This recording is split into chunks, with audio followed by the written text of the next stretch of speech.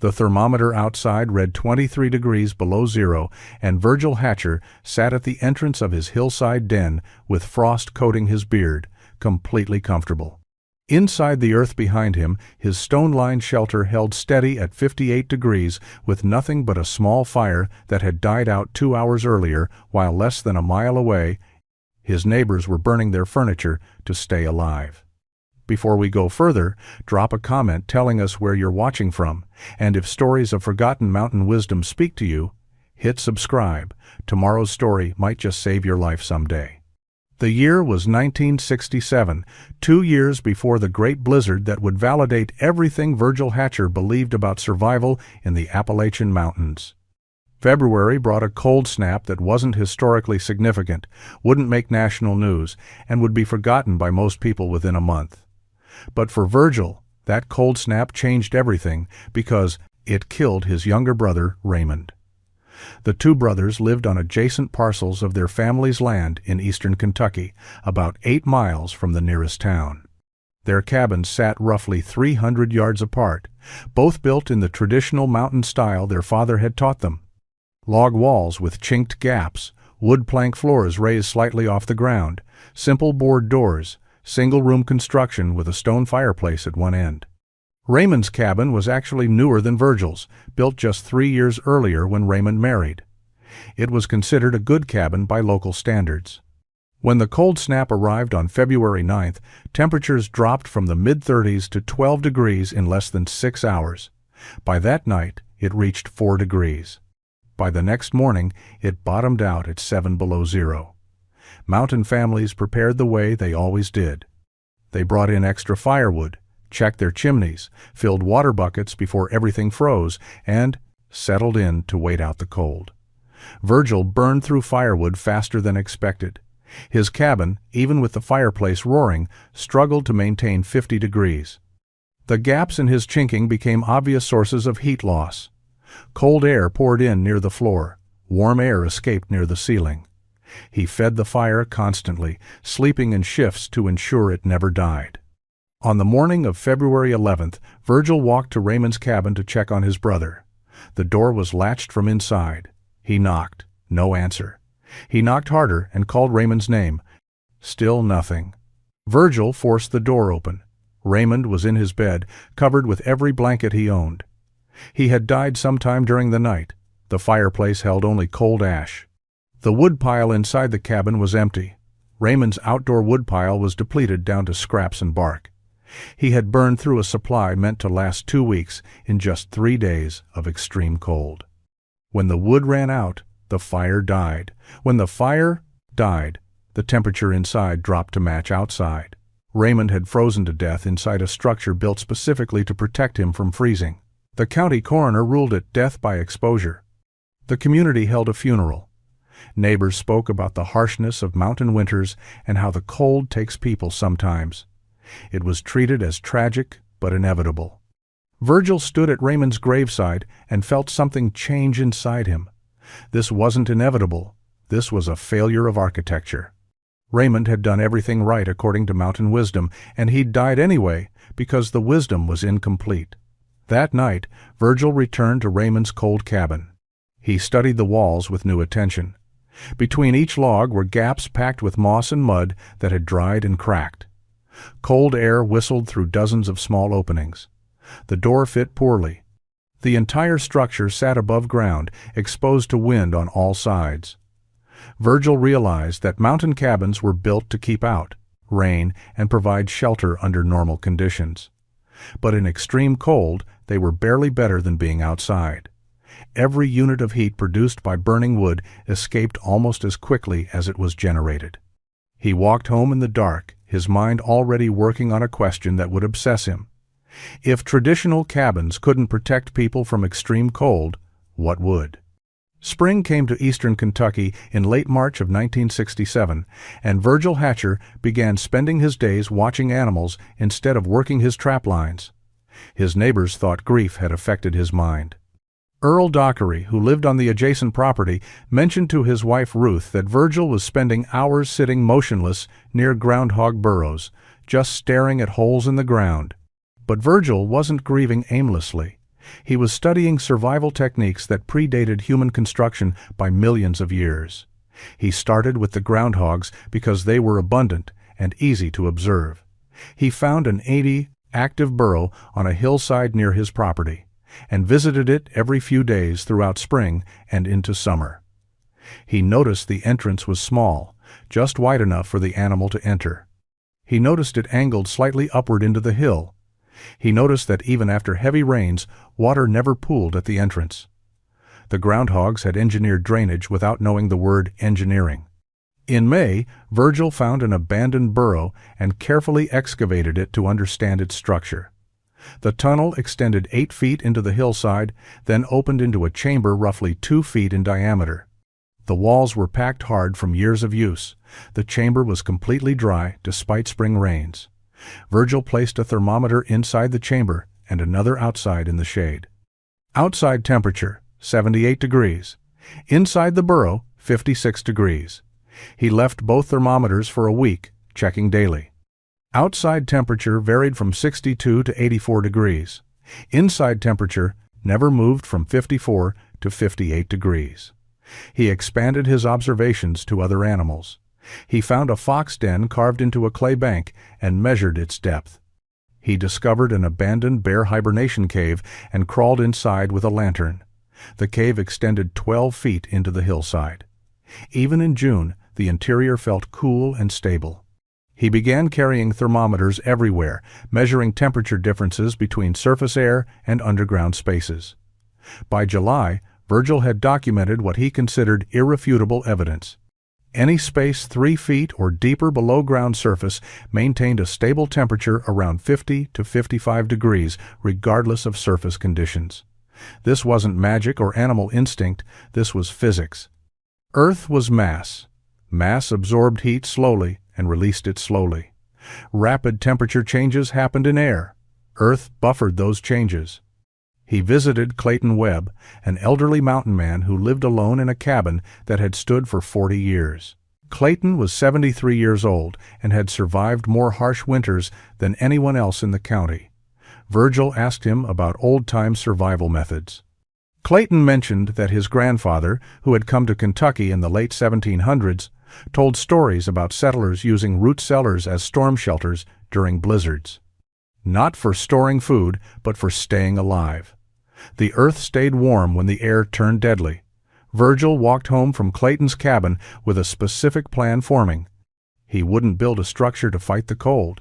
He would build a structure that used the earth itself as insulation, not a cabin on top of the ground, but a shelter carved into it. He selected a hillside on his property the next day and drove a stake into the ground where he would begin digging. His neighbors would call him crazy. He didn't care. Animals survived winters that killed humans, and they did it by embracing what humans rejected, living underground. Virgil Hatcher began excavating his hillside on August 1, 1867, using tools that hadn't changed much in a century. He owned 2 shovels, a mattock, a pickaxe, and a wheelbarrow with a wooden wheel that squeaked with every rotation. The hillside he'd selected faced south, sloped at roughly 30 degrees, and consisted of compacted clay mixed with rocks that ranged from pebble-sized to larger than his head. The first day, he removed approximately 6 wheelbarrow loads of earth. Each load required swinging the pickaxe to break up compacted soil, shoveling loose material into the wheelbarrow, pushing the wheelbarrow 50 feet to his dump site, and returning to repeat the process. By sunset, he had carved a depression roughly 4 feet wide, 3 feet tall, and 2 feet deep into the hillside. His hands were blistered. His back ached. He calculated that at this rate, creating a livable space would take months. Earl Dockery walked over on the 3rd day and watched Virgil work for 10 minutes before speaking. He asked what Virgil was building. Virgil explained he was carving a shelter into the hillside, a place to live that would stay warm in winter without burning excessive firewood. Earl stared at the small depression in the hill and asked if Virgil planned to live like a groundhog. Virgil said yes, essentially. Earl shook his head and walked away. By the end of the week, most of the neighboring families had heard about Hatcher's groundhog hole. Virgil ignored the comments and focused on the work. He excavated in a specific pattern, starting at the center and working outward, creating a space roughly 10 feet wide, 8 feet tall at the center, and 12 feet deep into the hillside. He angled the floor upward slightly from entrance to back wall, ensuring water would drain out rather than collecting inside. This detail came from observing animal burrows and from Clayton Webb's advice about root cellar construction. The clay soil was simultaneously a blessing and a curse. It was stable and held its shape without immediate collapse risk, but it was also dense and required significant effort to excavate. Virgil developed a technique where he would swing the pickaxe in a rhythmic pattern, breaking up a section of wall, then shoveling the loose material out before moving to the next section. He worked from dawn until dark, 6 days a week, resting on Sundays. By mid-September, he had removed an estimated 8 tons of earth and created a cavity that resembled a room carved into the mountain. The walls were rough, the floor uneven, the ceiling irregular, but the basic structure existed. He stood inside the excavation one evening after finishing work and felt the temperature difference. Outside, the September air was 70 degrees. Inside his carved space, the air was cool, stable, and distinctly isolated from the surface weather. Frank Quillen stopped by in late September and asked Virgil if he worried about cave-ins. Virgil admitted he did, which was why. The next phase involved reinforcement. He needed timber to frame the entrance and stone to line the interior. The digging was finished. The real construction was about to begin.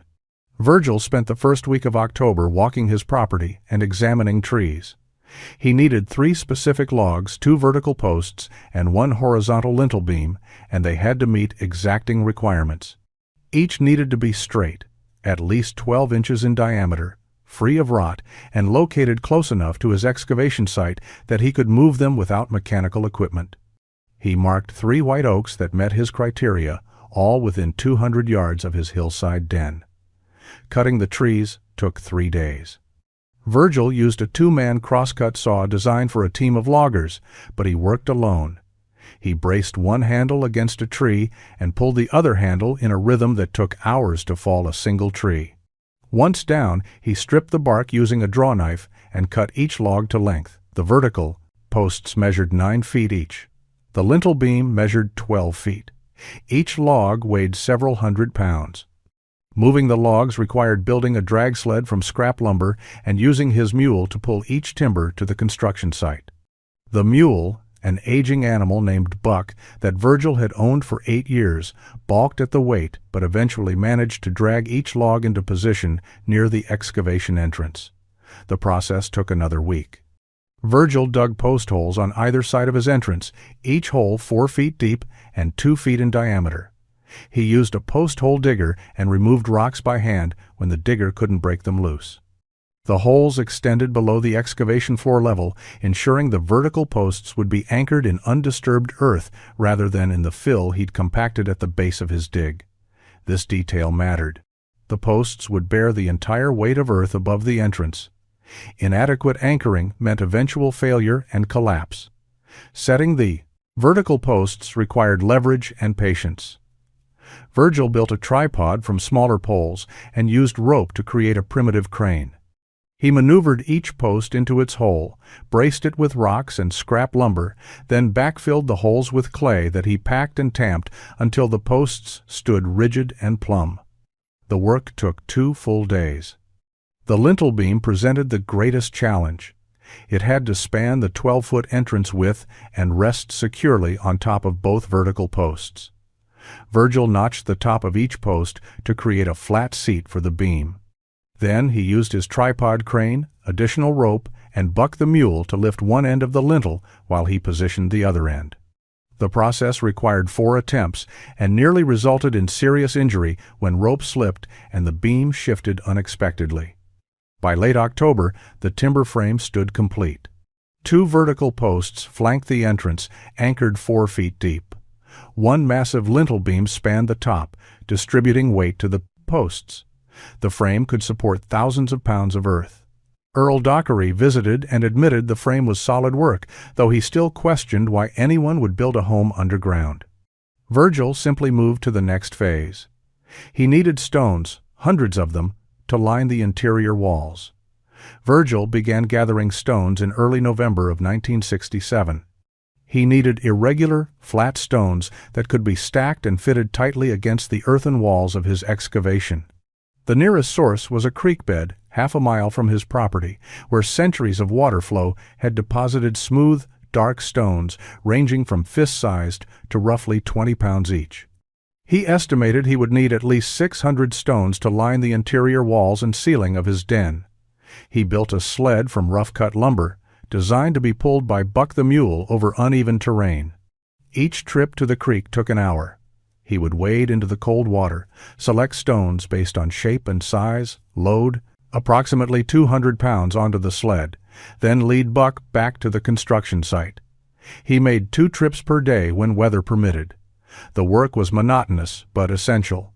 Poor stone selection would create gaps and instability. Careful selection would create a wall that functioned as both structure and thermal mass.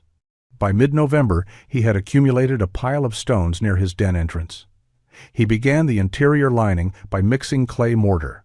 He dug clay from a deposit near his property line, added water until it reached the consistency of thick mud, then mixed in a small amount of lime he had purchased in town. The lime cost 75 cents for a 20-pound bag, a significant expense, but it strengthened the mortar and helped it cure properly. The stonework began at the floor level and progressed upward. Virgil selected each stone individually, testing its fit against adjacent stones before applying mortar. He used a technique he had observed in old foundation walls. Each stone bridged the joint between 2 stones below it, creating an interlocking pattern that distributed weight and prevented vertical crack lines. The work required constant decision-making. Which stone fit this particular gap? Should it be positioned horizontally or vertically? How much mortar was needed to fill voids without creating weak spots? Progress was measured in square feet per day. On good days, Virgil completed 6 square feet of wall. On difficult days, when stones didn't fit well or mortar consistency was wrong, he might complete only 3 square feet. He worked inside the den by lantern light when daylight faded, continuing until his hands were too cold or too tired to select stones accurately. Winter arrived while the walls were only half finished. Temperatures dropped, making mortar cure slowly. Virgil learned to work during the warmest part of each day, roughly 10 in the morning until 3 in the afternoon, when temperatures climbed above freezing. He covered completed sections with canvas at night to protect fresh mortar from freezing. By late December, the stone lining was complete. Dark, irregular stones covered every surface of the excavation, creating a barrier between raw earth and living space.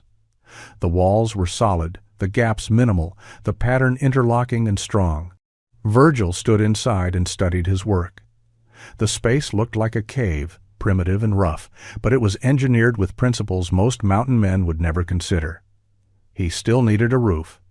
Winter of 1967 turned to spring of 1968, while Virgil worked on the roof system. The design required multiple layers, each serving a specific purpose, built in sequence from bottom to top. He started by cutting timber beams from straight pines on his property. Each beam measured roughly 8 inches in diameter and 12 feet long. He needed 7 beams to span the width of his excavation, spaced 18 inches apart. Setting the beams required precision. Each had to rest securely on the stone walls, distributing weight evenly across the structure. Virgil notched shallow seats into the top course of stonework where each beam would sit. He used his tripod crane system to lift and position each beam, adjusting until they sat level and stable. Once positioned, he packed additional stones around each beam end, locking them into place. The beams formed a rigid framework capable of supporting substantial weight. Over the beams, Virgil laid split planks. He had spent February splitting logs into boards roughly 2 inches thick and 8 inches wide, using a froe and mallet. The work was tedious and required striking the froe blade in exact alignment with the wood grain. He produced 40 planks, enough to cover the entire roof surface. He laid them perpendicular to the beams, edge to edge, creating a solid wooden ceiling. He secured each plank by driving wooden pegs through the planks into the beams below. The next layer was bark. Virgil had stripped thick bark sheets from dead chestnut trees during winter months, when bark separated more easily from the wood. Chestnut bark was durable, flexible, and naturally resistant to decay. He laid the bark sheets over the planks in overlapping rows, similar to shingles, ensuring water would shed downward and outward rather than penetrating to the wood below. Over the bark, he spread a thick layer of dried leaves and plant material he had collected throughout fall. This organic layer provided insulation and would eventually decompose into soil, but its immediate purpose was creating an air gap that trapped heat and prevented thermal transfer between the interior and exterior. The critical layer came next, living sod. Virgil cut squares of grass and soil from a meadow, each piece roughly 12 inches square and 4 inches thick.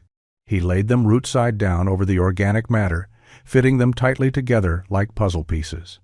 The grass would root into the organic layer below and continue growing, creating a living roof that would blend perfectly with the surrounding hillside. Finally, Virgil capped the entire system with 6 inches of soil. He hauled wheelbarrow loads of earth and spread it evenly over the sod, creating a layer that added weight, insulation, and growing medium. The finished roof was invisible from above, appearing as natural hillside. Near the back of the structure, he left a small opening covered with flat stones, a smoke hole for ventilation. By May, vegetation was sprouting on the roof.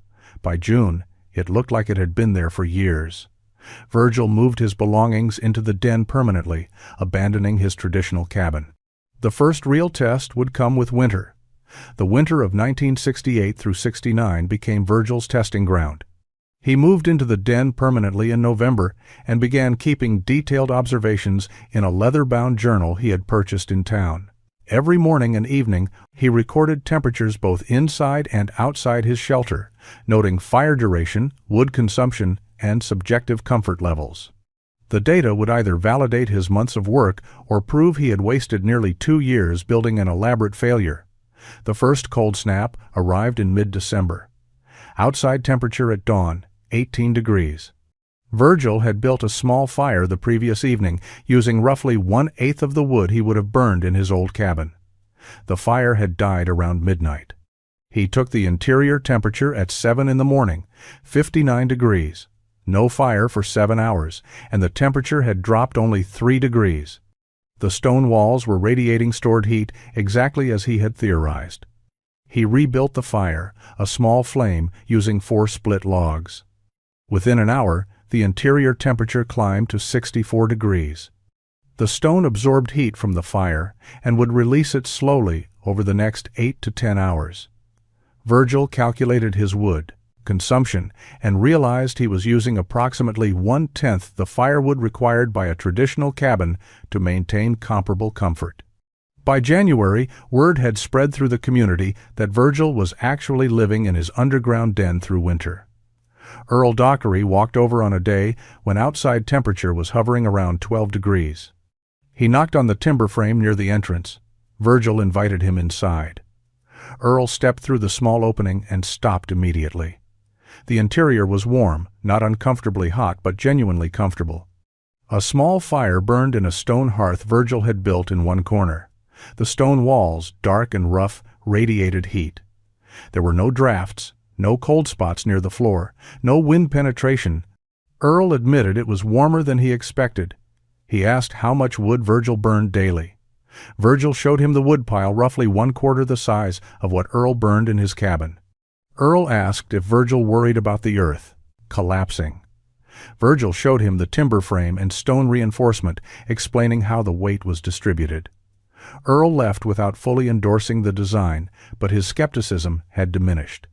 Frank Quillen visited in February and asked similar questions. Virgil gave him the same tour, showed him the temperature journal, explained the physics of thermal mass and earth insulation. Frank was impressed but admitted he couldn't imagine abandoning his cabin to live underground. It felt wrong, even if it worked better. The winter passed without incident. Virgil remained comfortable, healthy, and well supplied with firewood because his consumption was so minimal. He had proven the concept worked for normal winter conditions. But normal conditions weren't the real test. The real test would require extreme cold, the kind that killed people despite their best preparation. That test was coming, though Virgil didn't know it yet. Weather forecasters were beginning to track an unusual storm system forming over Canada, moving slowly south toward the Appalachian Mountains.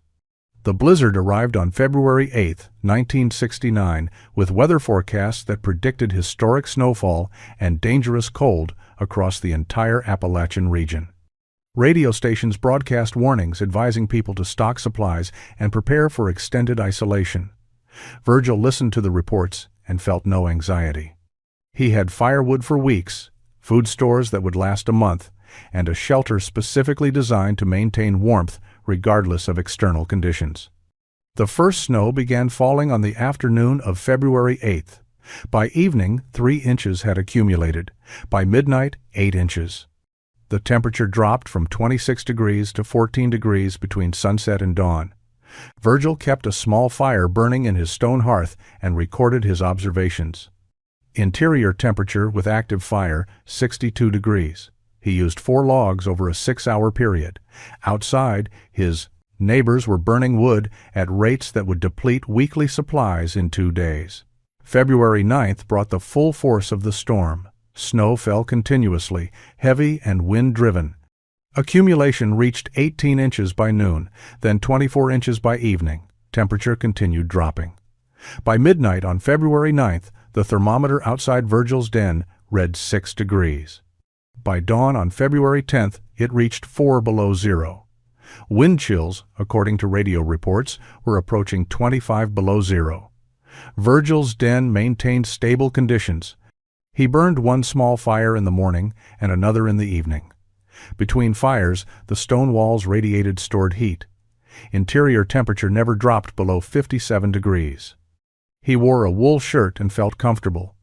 The small entrance prevented drafts. The earth surrounding him on 3 sides provided insulation that no wooden cabin could match. Snow accumulating on his roof actually improved insulation rather than creating problems. Outside, the community was fighting for survival. Earl Dockery's family burned through their weekly firewood supply in 3 days. They began burning furniture, fence posts, anything combustible. Their cabin, exposed to wind on all sides, leaked heat faster than their fireplace could produce it. Ruth Dockery wrapped her children in every blanket they owned and kept them within 5 feet of the flames. Frank Quillen's chimney developed ice buildup that restricted airflow, filling his cabin with smoke. He had to choose between freezing or suffocating. He kept the fire small and the cabin filled with smoke, enduring both cold and respiratory distress. His elderly mother, who lived with him, developed a cough that worsened daily. The blizzard continued for 7 days. Snow accumulation reached 32 inches in some areas. Roads became impassable. The county couldn't send snowplows because the equipment couldn't handle the depth and wind. Towns were isolated. Radio reports confirmed deaths across eastern Kentucky. Elderly people freezing in their homes, families found huddled together, victims of exposure despite being indoors. On the night of February 14th, the worst night of the blizzard, Virgil sat at his den entrance and watched snow fall in the darkness. Frost coated his beard within minutes. The temperature was 23 below zero. Inside, 10 feet behind him, his den maintained 58 degrees. His neighbors were dying. He was comfortable. The difference was engineering, nothing more. The blizzard broke on February 16, 1969. The snow stopped falling, the wind subsided, and temperature climbed to 12 degrees, which felt almost warm compared to the previous week. Virgil emerged from his den and walked through snow that reached above his knees in drifted areas. The landscape had transformed into a white wilderness with drifts covering fences and reaching halfway up cabin walls. Smoke rose from some chimneys, absent from others. That absence worried him. He reached Earl Dockery's cabin first. Smoke rose from the chimney, but weakly. Virgil knocked on the door and heard movement inside, slow and labored. Earl opened the door. His face was haggard, his hands wrapped in cloth from frostbite. Behind him, Ruth and their 2 children huddled near a fireplace that burned with flames barely 6 inches high. Their woodpile was gone. They had burned every stick of furniture they could spare. The cabin interior was perhaps 40 degrees. Virgil helped them gather what warm clothing remained and led them through the snow to his den. Ruth cried when she stepped inside and felt the stable warmth. Earl sat heavily on the stone floor and didn't speak for several minutes. Virgil rebuilt his fire, heated water for tea, and gave them food from his stores. The children fell asleep within an hour, their bodies finally warm enough to relax. The next day, Virgil went to Frank Quillen's cabin. No smoke rose from the chimney. He forced the door open and found Frank sitting beside his mother's bed. She had died 2 days earlier. Frank had wrapped her in blankets and hadn't left her side. His face was expressionless, his hands blackened from frostbite. The cabin was perhaps 20 degrees inside. Frank's firewood had run out on February 13th. He had survived 3 days without heat. Virgil helped Frank wrap his mother properly and carried her outside to a shed where the cold would preserve her until burial was possible. He brought Frank back to the den where Earl's family was still recovering. Over the following days, as roads were gradually cleared and county rescue teams reached isolated areas, the full toll became clear. 43 people had died in eastern Kentucky during the blizzard. Most had frozen inside their own homes despite having fireplaces and wood supplies. The extreme cold and duration had simply overwhelmed traditional cabin construction. Word spread about Virgil's den. County officials visited, examined the construction, and took notes on the design. A newspaper reporter from Lexington drove up once roads were passable and wrote an article titled "The Man Who Lived Underground and Survived." Engineers from the State University visited and confirmed the physics were sound earth insulation combined with thermal mass storage created superior heating efficiency compared to above-ground wooden structures. Earl Dockery publicly admitted he had been wrong to mock Virgil's design. Frank Quillen asked Virgil to teach him how to build a similar shelter. Others began asking questions about excavation depth, stone selection, timber requirements. The impossible had become proven. A man living in a hole had survived when proper cabins had failed. The years following the blizzard of '69 brought quiet changes to Appalachian building practices. People didn't abandon traditional cabins, but they began constructing secondary structures, earth-sheltered storm rooms, expanded root cellars with stone-lined interiors, partially underground storage buildings that could house families during extreme weather. Virgil shared his techniques freely with anyone who asked. He helped Earl Dockery build a smaller earth-sheltered room behind his main cabin during the summer of 1969. He advised Frank Quillen on proper drainage and stone selection for a shelter Frank built into a hillside on his property. The county extension office distributed a mimeographed pamphlet in 1970 titled "Earth-Sheltered Construction for Emergency Preparedness." The pamphlet included rough diagrams based on Virgil's den, though it didn't mention him by name. Over the following decade, similar structures appeared throughout eastern Kentucky, southwestern Virginia, and eastern Tennessee. Most were small, designed as refuge spaces rather than primary homes, but they shared common elements: excavation into hillsides, timber-framed entrances, stone-lined interiors, living roofs. The technique saved lives during subsequent harsh winters, though exact numbers were never recorded. Survival doesn't generate headlines. Families who weathered severe cold snaps in earth-sheltered rooms didn't report their experiences to newspapers. But the structures remained, built quietly by men who remembered what happened in '69 and chose not to rely solely on traditional construction. Virgil lived in his den until 1991. He never married, never sought attention for his innovation, and rarely spoke about the blizzard that had validated his years of work.